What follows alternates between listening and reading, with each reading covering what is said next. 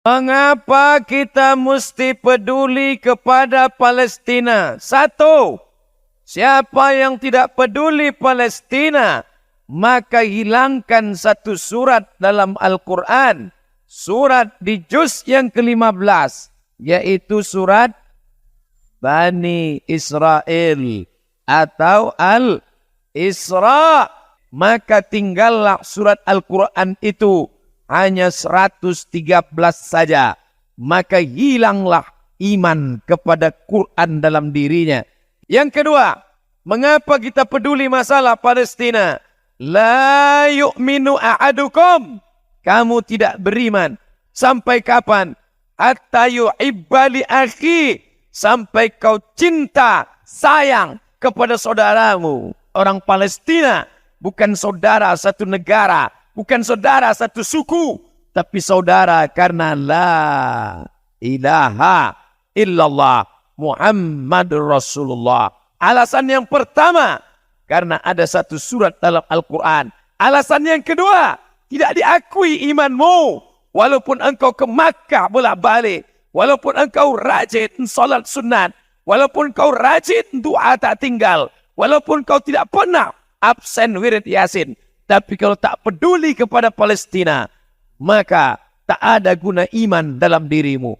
Dulu waktu saya kuliah di Maroko, sampai di Maroko tinggal di asrama, dan ada dari Palestina. Sama-sama masak pagi, ada dapur umum.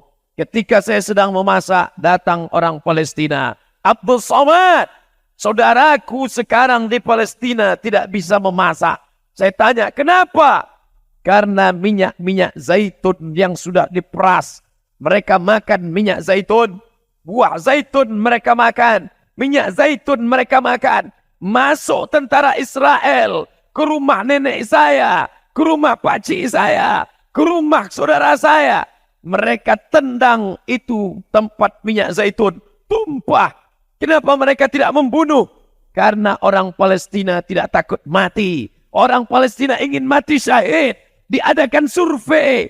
Cita-cita tertinggi anak Palestina adalah mati syahid.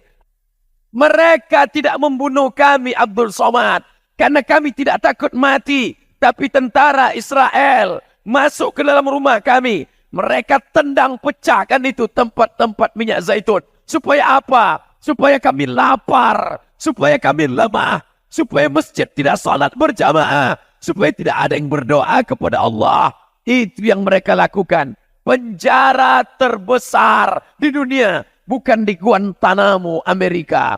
Penjara terbesar di dunia bukan di Alcatraz. Penjara terbesar di dunia adalah di Palestina.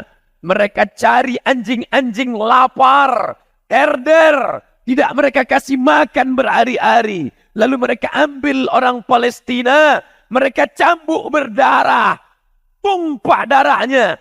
Berbau amis. Mereka sobek kulitnya. Supaya anjing-anjing itu mencium bau darah. Supaya menerkam, mencabi-cabi orang Palestina. Tidak diliput oleh TV nasional.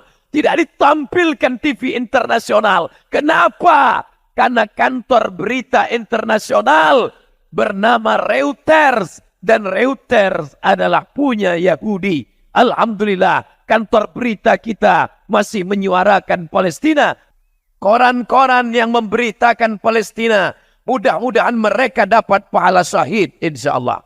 Kalian liput 6 tabligh akbar ini, mati kalian. Kalian akan melihat buku catatan. Pernah jihad untuk Palestina? Pernah kalian jihad? Tidak.